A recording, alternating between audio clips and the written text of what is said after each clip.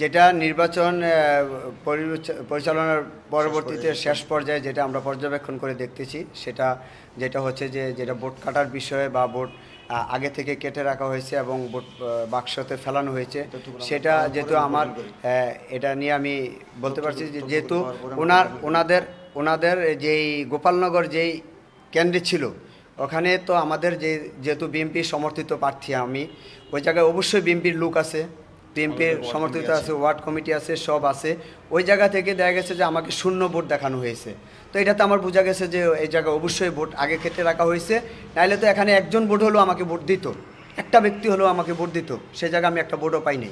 তো এটাতে আমার প্রভাবিত যে ওনারা আগে ভোট কেটে রেখেছে, পরবর্তীতে ভোট গণার আগে ওনারা ভোট বাক্সে ব্যালট পেপার ফালানো হয়েছে।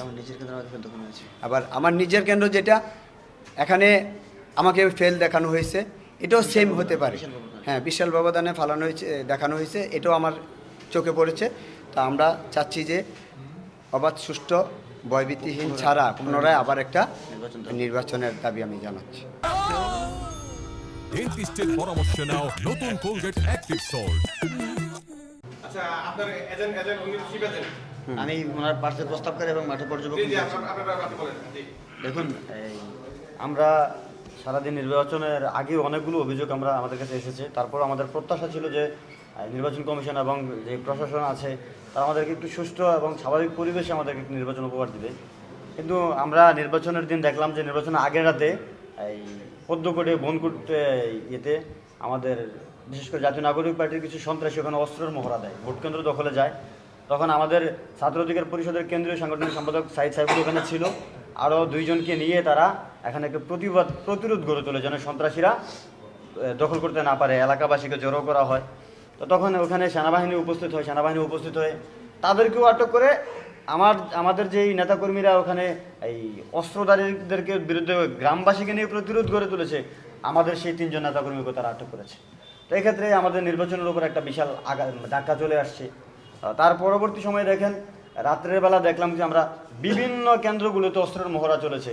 তারপর হচ্ছে প্রত্যেকটা বাড়িতে গিয়ে আমাদের বিএনপির এই নেতাকর্মীদেরকে প্লাস গণ অধিকার পরিষদের নেতাকর্মীদেরকে ভয় দেখানো হয়েছে, আপনারা কোনো ভোট কেন্দ্রে যাবেন না।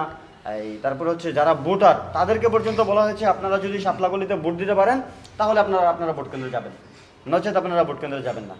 তো এরকম বিভিন্ন অভিযোগ আমাদের কাছে ভোটার আমাদেরকে ফোন করে বলতেছে, বা অনেক ভোটার আমাদের কাছে আসছে, ভাই আমরা এই মুহূর্তে কী করবো, আমরা কি ভোট কেন্দ্রে যাবো? তো তারপর আমরা প্রশাসনকে জানাই বিষয়গুলো। প্রশাসন আমাদেরকে আশ্বস্ত করলেও যখন নির্বাচনের দিন আমরা ভোট কেন্দ্রে বিভিন্ন ঝামেলা দেখলাম যে তারা ভোটে কারচুপি করছে, জবরদখল করছে, ভোট কেটে ফেলছে, আমাদের এজেন্টদেরকে বের করে দিচ্ছে, প্রশাসন আমাদেরকে সহযোগিতার আশ্বাস দিলেও সামথিং কিছু সহযোগিতা করেছে, প্রকৃতপক্ষে আমরা যেটুকু সহযোগিতা তাদের কাছ থেকে আশা করেছিলাম আমরা ওইটুকু সহযোগিতা পাইনি। তো তারপরে দেখেন, বিশেষ করে ওনার হাসনাত আবদুল্লাহ সাহেবের নিজের এলাকায় বিএনপি বাংলাদেশের মধ্যে এমন একটি দল, প্রথম 2টি দলের যদি তালিকা করা হয় বিএনপির নামটা 1 নম্বরে চলে আসবে বর্তমান সময়ে।